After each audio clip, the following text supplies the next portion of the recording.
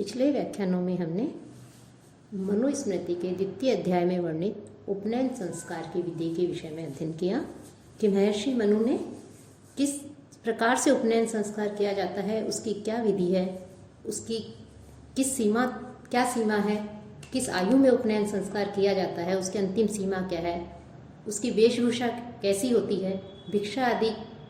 के लिए यदि जाए, भिक्षाचरण के लिए जाए तो उस समय किस प्रकार से उसको जो है बहुत शब्द का उच्चारण करना चाहिए, इन सब के विषय में अध्ययन किया। इसके पश्चात महर्षि मनु कहते हैं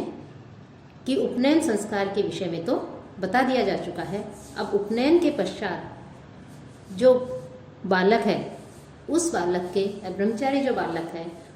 उसके क्या कर्तव्य हैं, उसके विषय में अब बताया जाएगा। तो महर्षि मनु कहते हैं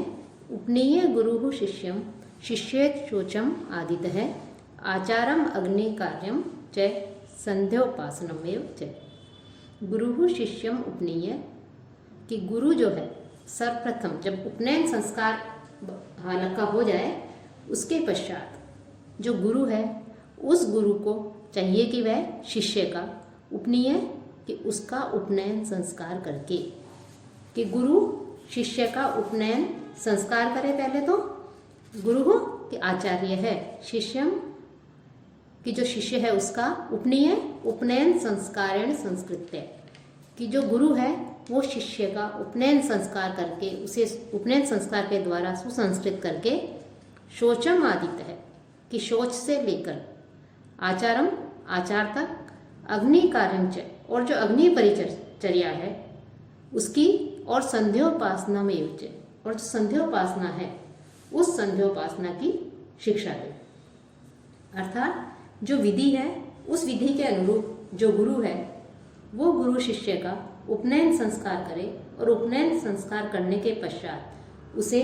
पवित्रता आदि कि अपने शरीर को पवित्र आदि रखने की, किस प्रकार से उसको शिष्टाचार का पालन करना चाहिए, उसके लिए आवश्यक शौच विधि कैसी है उसकी, और उसके आचार विधि, उन सब के विषय में शिक्षा दे। साथ ही साथ जो अग्नि परिचर्या है अर्थात जो अग्नि परिचर्या अर्थात अग्नि कार्य से संबंधित जो है शिक्षा उसे दे कि समिधा को लाना और प्रातः और सायंकाल हवन करना, ये अग्नि परिचर्या के अंतर्गत आता है, तो इसकी शिक्षा दे। साथ ही साथ संध्योपासना, जो संध्योपासना जो कर्म है कि किस प्रकार से संध्योपासना करनी चाहिए, इसके विषय में जो है उन्हें शिक्षा दे कि अग्नि की परिचर्या करने की अर्थात समिधा आदि को कहाँ से लाना है, किस प्रकार से लाना है, प्रातः सायंकाल हवन कैसे करना है, उसकी क्या विधि है, अपने शरीर आदि को पवित्र रखने की क्या विधि है, तो शौच विधि आचार विधि आदि को सिखाए। साथ ही साथ जो है अग्नि की परिचर्या करके शिष्टाचार और त्रैकालिक जो संध्या है, संध्योपासन की त्रैकालिक जो तीनों कालों में की जाने वाली जो संध्या है उस संध्योपासना की क्या विधि है उसके विषय में जो गुरु है वो शिष्य को शिक्षा दे। और सीखने वाला अध्येष्यमाण है कि जो सीखने वाला है वह अर्थात जो अध्ययन करने जा रहा है जो शिष्य है वह शास्त्र की विधि के अनुसार कि शास्त्रीय की रीति से आचमन करके उत्तराभिमुख होकर के कि यथा शास्त्रम उद्गमुख है कि उत्तराभिमुख होकर के शास्त्रीय विधि से ब्रह्मांजलि कृत कि ब्रह्मांजलि को करके अर्थात ब्रह्मांजलि बांध करके जो है फिर उसके पश्चात लघुवासा कि जो कोपीन है उस कोपीन को धारण करने के पश्चात जितेंद्रिय होकर के जो शास्त्र है उस शास्त्र का वो अध्ययन करे। यथा शास्त्रम अध्याप्य कि जो उसके लिए पठनीय जो शास्त्र है उस पठनीय शास्त्र का वो अध्ययन करे। कि जो शास्त्र शिष्य जो है जो अध्ययन करने जा रहा है वह शिष्य शास्त्रों में जो विधि बताई गई है उस शास्त्र विधान के अनुसार आचमन करे और उत्तर की ओर मुख करके बैठे, और ब्रह्मांजलि जो है उस ब्रह्मांजलि को बांध करके बैठे। ब्रह्मांजलि क्या है इसके विषय में भी आगे मनु ने बताया है। तो ब्रह्मांजलि बांध करके लघु वस्त्रों को अर्थात कोपीन आदि जो हैं उनको धारण करके हल्के वस्त्र परिधानों से युक्त होकर के और जितेंद्रिय अपनी इंद्रियों को वश में रख के एकाग्रचित होकर के अध्ययन के लिए वो जो है गुरु के समीप जाए कि अध्ययन के लिए वो तत्पर हो गए। होए, शास्त्रों के अनुसार वो पढ़ाने योग्य होता है। अब इसमें एक शब्द आया है कि ब्रह्मांजलि, ये तो अध्ययन के नियम बताए हैं। अब ब्रह्मांजलि शब्द आया इसमें, तो ब्रह्मांजलि क्या हो, किसे कहते हैं, उसके लिए महर्षि मनु उसका स्वरूप बताते हुए कह रहे हैं, ब्रह्मारंभे अवसाने च पादो ग्रह्यो गुरोः सदा संहृत्य हस्तावध्ये है मध्ययम स ही ब्रह्मांजलि ही स्मृत है। कि ब्रह्मारंभे अवसाने च, कि ब्रह्मण है, ब्रह्मारंभे कि ब्रह्मण है आरंभ है, अर्थात वेद आदि जो हैं उस वेद आदि का अध्ययन करने के प्रारंभ में, कि जब वेद आदि का अध्ययन करने के लिए जा रहे हैं तो जो वेद आदि का अध्ययन है उस अध्ययन करने के आरंभ है कि उसके आरंभ में, अवसाने च और उसके अंत में, अध्ययन प्रारंभ करने में, वेदाध्ययन के आरंभ में और अंत में, सदैव गुरोः पादों, जो गुरु है उन गुरु के पादों चरणों का सदा ग्रह्यो, उस गुरु के चरणों का सदैव स्पर्श करें। अर्थात ब्रह्मचारी जो गुरु के पास में शिक्षा लेने जा रहे हैं, शास्त्र पढ़ने जा रहे हैं, अध्ययन करने जा रहे हैं, वो वेदों का अध्ययन जब प्रारंभ करे तो उस पढ़ने के प्रारंभ में और अंत में सर्वदा गुरु के जो पैर हैं, चरण हैं, उन चरणों का स्पर्श करें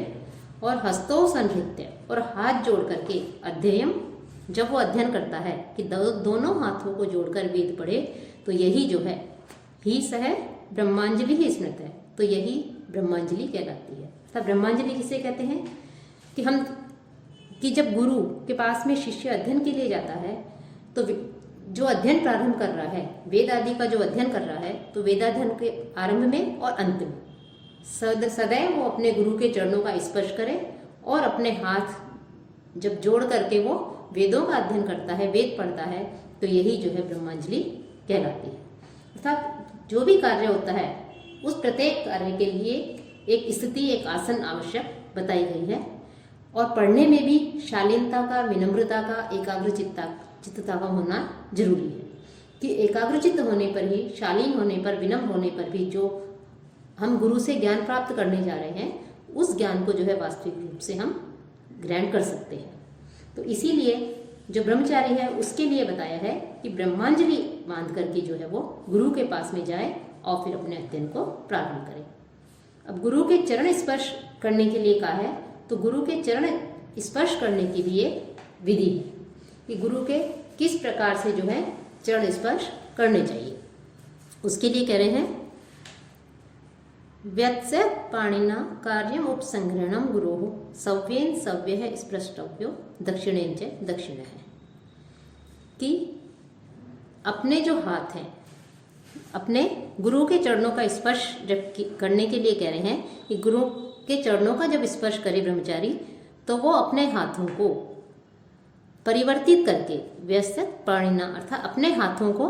परिवर्तित करके जो है वो गुरु के चरणों का स्पर्श करे, और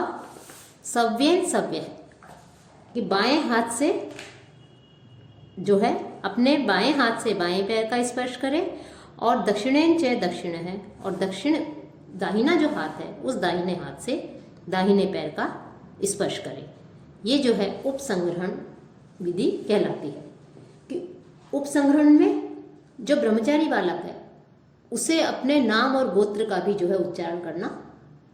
के लिए धर्मशास्त्रों में कहा गया है। कि हम किसी के पास भी जाते हैं, कोई किसी का स्वागत करते हैं, अभिवादन करते हैं, तो उसके अनेक प्रकार बताए गए हैं।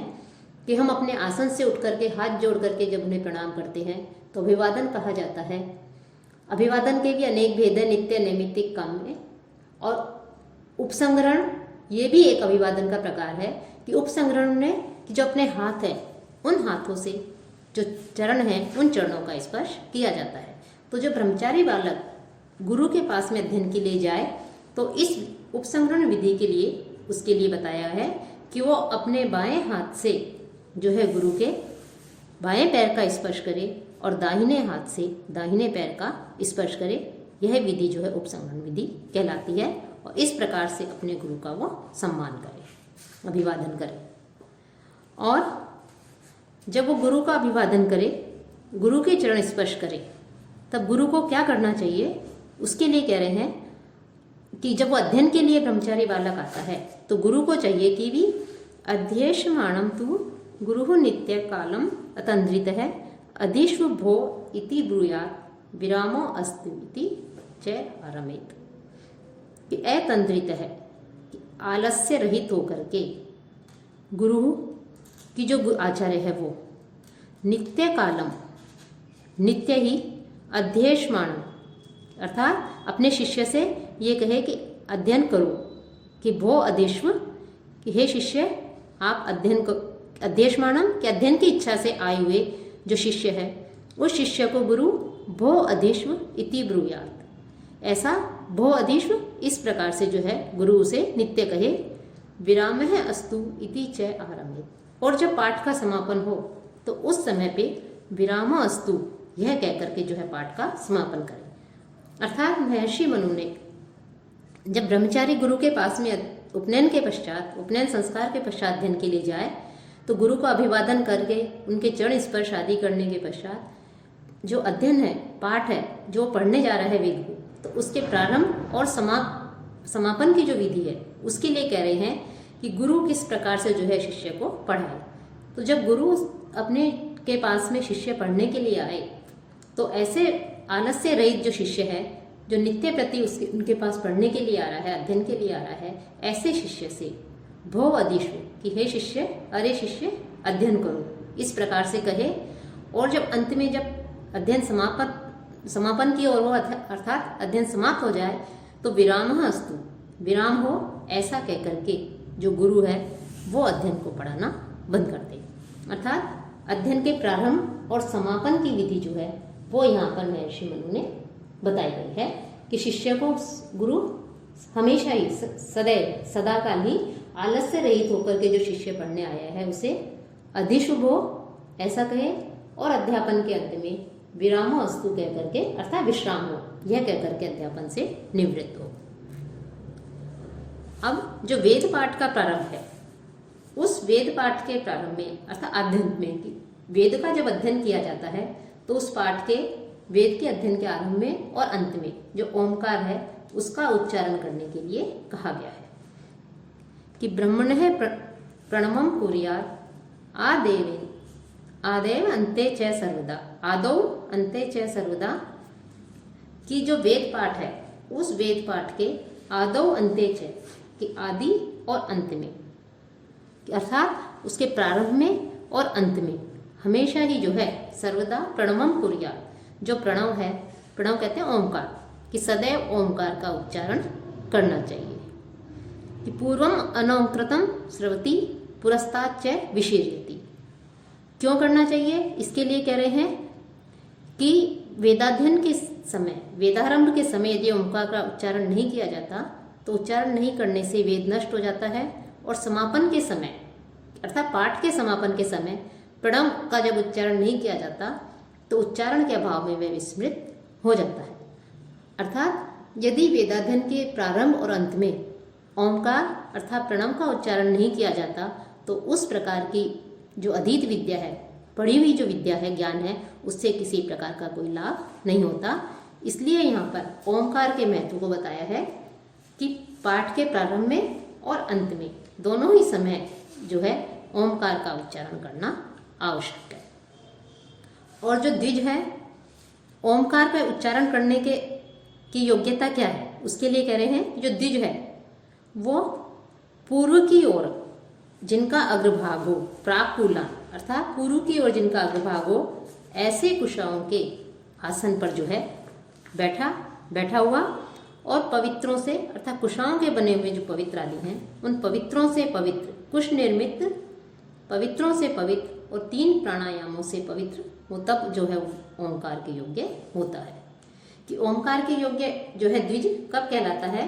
कि प्राकुलन पर्युपासीन है, कि पूर्व की ओर निकली हुई जो नोकों वाला जो कुशासन है, जिस अर्थात प्राकुलन पूर्व अग्रभागान, आगे की ओर निकली हुई जो कुशाएं हैं उन कुशाओं से युक्त जो आसन है, ऐसे आसन पर और पवित्र ही पावित है, और कुश निर्मित जो पवित्र हैं उन पवित्रों से पवित्र किया हुआ, पावित अर्थात पुनीत किया हुआ, त्रिभिः 3 त्रिभी प्राणायाम ही 3 प्राणायाम करके पूतः पवित्र होने के पश्चात, शुद्ध होने के पश्चात ही ततः ओंकारम अर्हति, वह जो द्विज है वो ओंकार के जो है उच्चारण के योग्य होता है, कि ओंकार के या प्रणव के उच्चारण के योग्य होता है। द्विज के लिए पाठ के प्रारंभ और अंत में जो है ओंकार के उच्चारण के लिए कहा गया है कि वेद का आरंभ और अंत जो है ओंकार के उच्चारण से या प्रणव के उच्चारण से होना चाहिए। और ओंकार के उच्चारण के योग्य कौन होता है कि जो कुशा आगे की ओर निकले हुए कुशा के अग्रभाग पर बैठा हुआ, कुशा निर्मित जो पवित्र आदि से शुद्ध किया हुआ, 3 प्राणायामों से शुद्ध हुआ जो द्विज है, जो द्विजाति है, वही जो है ओंकार के उच्चारण के योग्य होता है। अब जो ओंकार है उस ओंकार के लिए कह रहे हैं कि ओंकार जो है यह कहाँ से निकला है, कि अकारम च अपि उकारम च मकारम च प्रजापति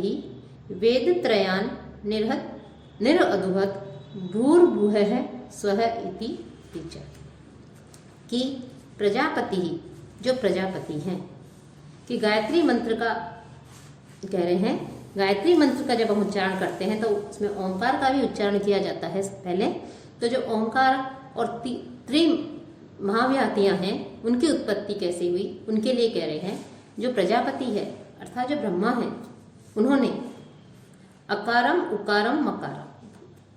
कि अकार उकार और मकार तथा भू भुवः स्वः, कि भू भुवः स्वः ये 3 महाव्याहतियाँ हैं। इनको जो है वेद त्रयी से निर्दोहात, वेद त्रयी से इनको जो है दोहन करके निकाला, कि जो ओंकार है उस ओंकार के 3 अवयव होते हैं, ए उ मैं, इससे जो है ओम बनता है। ये 3 जो है महाव्याहतियाँ हैं, भू और भू भुवः स्वः, ये जो है महाव्याहतियाँ कही गई हैं। और इन तीनों को ही, जो ओंकार के जो 3 अवयव हैं, इन तीनों को ही क्रमशः है वेद त्रयी से दोहन करके निकाला है। वेद त्रयी में ऋग्वेद, यजुर्वेद और सामवेद जो है ये ऋग्वेद त्रयी में आते हैं। तो इन तीनों से जो है इस प्रकार से ये ओंकार जो है ये शब्द निकला है। त्रिभ्य एव तु वेदेभ्यः पादम पादम दुदुहत तदिति ऋचस्याः सावित्र्याः परमेष्टि प्रजापति, कि परमेष्टि प्रजापति, कि परमेष्टि जो ब्रह्मा है, परमेष्टि प्रजापति की जो ब्रह्मा जो है, परमेष्टि परमेश्वर प्रजापति जो ब्रह्मा है, उन ब्रह्मा जी ने वेद त्रयी की जो वेद त्रयी हैं, त्रिभ्य एव की जो वेद त्रयी हैं, इन तीनों वेदों से ही, कि त्रिभ्य एव वेदेभ्य है, इन तीनों वेदों से ही ये जो गायत्री मंत्र है, कि गायत्री मंत्र का आविर्भाव कैसे हुआ, उसके लिए कह रहे हैं कि परमेष्टि जो ब्रह्मा है, उन ब्रह्मा ने ऋग्वेद, यजुर्वेद और सामवेद ये वेद त्रयी कहलाते हैं। इन वेद त्रयी से तत्सवितुर, ये जो सावित्री मंत्र है या गायत्री मंत्र है, कि तत्सवितुर्वरेण्यम भर्गो देवस्य धीमहि धियो यो नः प्रचोदयात्, और इससे पहले जो है ओंकार का उच्चारण होता है, कि ओम भूर्भुवः स्वः, ओंकार और 3 जो महाव्याहति हैं उनका उच्चारण किया जाता है, फिर इस गायत्री मंत्र का पाठ किया जाता है। तो जो ये वेद त्रयी से जो ये सावित्री मंत्र है, गायत्री मंत्र है, तत्सवितुर आदि, ये जो है इस त्रिपदा गायत्री के जो पद है, इस मंत्र के जो प्रत्येक पाद को जो है वेद त्रयी से ही दोहन करके प्रजापति परमेष्टि ब्रह्मा जी ने स्वयं जो है निकाला है। अब गायत्री मंत्र के उच्चारण के लिए कहा है कि इसको जो है ब्रह्मा जी ने इसे जो है दोहन करके निकाला है, और इन महाव्याहतियों के सहित गायत्री मंत्र के उच्चारण का क्या फल मिलता है, उसके लिए कह रहे हैं कि गायत्री मंत्र के जप का फल बता रहे हैं कि एतद अक्षरम एताम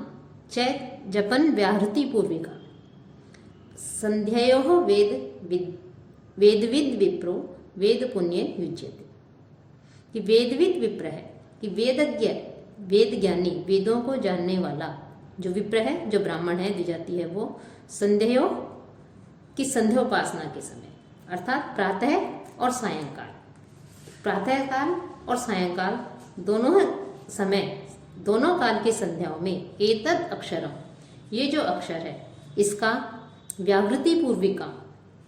की जो व्यावृत्तियां बताई गई हैं उन व्यावृत्तियों के सहित, व्यावृत्ति पूर्विका की जो व्यावृत्ति पूर्वक जो व्यावृत्ति बताई गई है, 3 व्यावृत्तियां बताई गई हैं कि ओम अक्षर और भू भुवः स्वः। तो भू भुवः स्वः ये 3 महाव्यावृत्तियों से युक्त जो सावित्री मंत्र है, एताम च जपन की जो सावित्री मंत्र है, गायत्री मंत्र है, इस मंत्र का जप करके वेद पुण्येन विज्यते, वेदाध्ययन के पुण्य को प्राप्त करता है। अर्थात जो वेदज्ञ ब्राह्मण है, वेद ज्ञानी ब्राह्मण है, द्विजाति है, वो ये जो गायत्री मंत्र है, ओम भूर्भुवः स्वः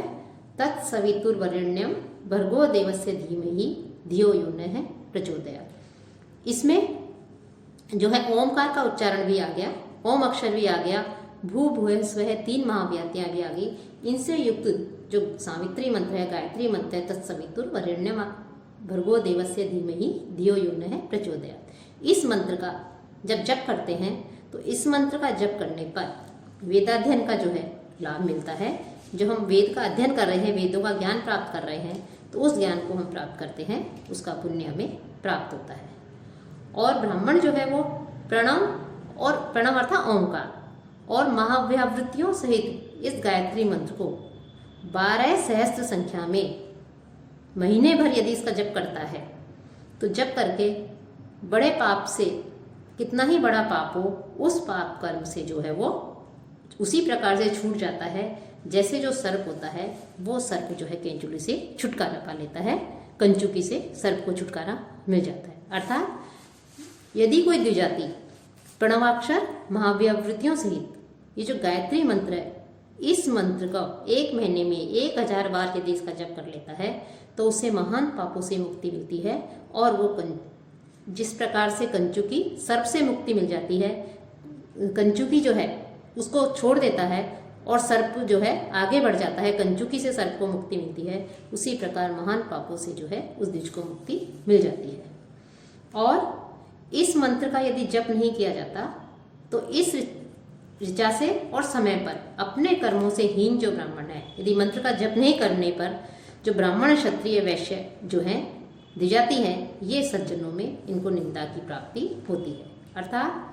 प्रणव एवं त्रिव्यात्री पूर्वक गायत्री मंत्र का विधि पूर्वक जप नहीं करने से जो समय समय पर जो व्यक्ति है, जो द्विजाति है, वो अपने वर्ण एवं आश्रम के अनुसार उन्होंने अपने नित्य कर्मों का संपादन नहीं किया, उनके लिए गायत्री मंत्र का जप करना आवश्यक बताया है, अनिवार्य बताया है, लेकिन वो उनका जप नहीं करते। इसलिए ये जो है सभी तीनों ही व्यक्ति सज्जन समाज में, विद्वत समाज में जो है इनकी निंदा होती है। और क्योंकि जिनके पहले ओंकार है, ऐसे अविनाशी भू भुवः स्वः 3 महाव्यावृत्तियों और 3 पद वाली जो सावित्री है, इस सावित्री को ब्रह्मा का मुख बताया गया है। और आलस्य छोड़ करके जो व्यक्ति नित्य प्रति 3 वर्ष तक इसे पढ़ता है, अर्थात जो इस कार्य में प्रमाद नहीं करके आलस्य रहित होकर के 3 वर्ष तक जो गायत्री मंत्र का जप करता है, वह सच्चिदानंद स्वरूप जो है उस सच्चिदानंद स्वरूप को वो प्राप्त करता है, उसकी जो है उसे प्राप्ति होती है। तो इस प्रकार से जो है यहाँ पर बताया है कि इस गायत्री मंत्र की क्या महिमा है, किस प्रकार से इसका जप करना चाहिए, इसका जप करने पर क्या लाभ होता है, इसका जप नहीं करने पर किस प्रकार से समाज में उसकी निंदा होती है, और इसका जप करने पर वो वायु के समान आकाश रूप होकर के पर ब्रह्म जो परमात्मा है उस परमात्मा के पास में पहुंच जाता है। तो इस साथ ही साथ इसमें जो है जो ओंकार है, उस ओंकार एकाक्षर जो इसमें प्रणव है, जो ओम है वो पर ब्रह्म है, और जो प्राणायाम है वो ही परम तप है, और गायत्री मंत्र जो है उससे बढ़कर श्रेष्ठ किसी को नहीं बताया है। अर्थात ओंकार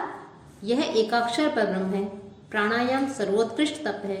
और गायत्री मंत्र से उत्कृष्ट कोई भी मंत्र नहीं है। और मौन जो है, उस मौन की अपेक्षा जो है मौन ही सबसे बढ़कर के सत्य बताया गया है। तो प्राणायाम को यहाँ पर सबसे बड़ी तपस्या बताया गया है, गायत्री को सर्वोपरि एवं वाचिक तपस्या की सत्य से भी पराकाष्ठा यहाँ पर कही गई है। साथ ही संपूर्ण वेद की जो हवन यज्ञ आदि क्रियाएं नाशवान है, अविनाशी, अर्थात ये सब नष्ट होने वाली है। हवन यज्ञ आदि क्रिया जो है, वैदिक जितनी भी क्रियाएं हैं, जो हवन करना, यज्ञ करना, ये सभी नाश को प्राप्त होती हैं। लेकिन केवल जो प्रणवाक्षर है, ओम जो है, वह परमेष्टि पर ब्रह्म ही अविनाशी है, शाश्वत है। धर्म कर्म सब कुछ नश्वर है, लेकिन ब्रह्मा और इसका द्योतक जो प्रणव है वो ही, ये दोनों ही जो है अनश्वर कहे गए हैं। कि होम यागादि सभी वैदिक क्रियाएं तो नष्ट हो जाती हैं, लेकिन ओमकार अक्षय है, दुष्कर है, वेद ही प्रजापति है, इसका जो है कभी भी नाश नहीं होता, अनश्वर है। तो इस प्रकार से यहाँ पर जो ओमकार है, गायत्री मंत्र है, उसकी महिमा को यहाँ पर बताया गया है। साथ ही मानसिक जप जो है उसकी विशेषता भी यहाँ बता रहे हैं कि विधि यज्ञा जप यज्ञो विशिष्टो दशभिः गुणैः उपांशुः स्यात् शतगुणः सहस्रो मानसः स्मृतः। कि मानसिक जप की क्या विशेषता है, कि मानसिक रूप से किस प्रकार से जो है हमें जप करना चाहिए और इसकी क्या विशेषता है। उसके लिए कह रहे हैं कि जो विधि यज्ञ है, विधि यज्ञ अर्थात ये हम धर्मशास्त्र का जो इतिहास है उसमें इन सब यज्ञों के विषय में बताया गया है कि जो विधि यज्ञ है वो विधि यज्ञ क्या कहलाता है कि अमावस्या या पूर्णिमा को किए जाने वाला जो यज्ञ है वो विधि यज्ञ कहलाता है। और इस विधि, इससे बढ़कर के 10 गुना लाभ किसका है, दशभिः गुणे ही विशिष्ट है। कि विधि यज्ञ से जप यज्ञ जो है उसका 10 गुना विशिष्ट है। अर्थात अमावस्या या पूर्णिमा को किया जाने वाला जो यज्ञ विधि कहलाती है, और विधि यज्ञ से जप यज्ञ 10 गुना बढ़कर है, 10 गुना जो है अधिक से अधिक श्रेष्ठ है, पुण्य की प्राप्ति होती है। और जो उपांशु अर्थात मौन, और जो मौन जप है, उपांशु जप है, और जप यज्ञ से 100 गुना, और मानस जप जो है वो 1000 गुना बढ़कर के कहा गया है। कि उपांशुवंश अर्थात जब हम जप करते हैं तो केवल हमारे होठ हिलते हैं, लेकिन हम वहाँ पर शब्द का उच्चारण नहीं होता। और मानस जप जो है वो मन ही मन में किया जाता है, और उसमें जो होठ है वो भी नहीं हिलते हैं। तो इस प्रकार से विधि यज्ञ से जप यज्ञ 10 गुना विशिष्ट है, उपांशु यज्ञ से 100 गुना विशिष्ट है। उपांशु यज्ञ किससे 100 गुना विशिष्ट बताया, जप यज्ञ से। और मानस यज्ञ उपांशु यज्ञ से 1000 गुना विशिष्ट यहाँ पर बताया गया है कि उससे अधिक श्रेष्ठ है। तो इस प्रकार से यहाँ पर मानसिक जो जप है उसकी विशेषता और उसकी महत्ता के विषय में महर्षि मनु ने बताया है। अब आगे के जो जप यज्ञ जो है उसकी क्या महानता है, क्या उसका फल है, उसके लिए जो है हम अगले व्याख्यान में अध्ययन करेंगे।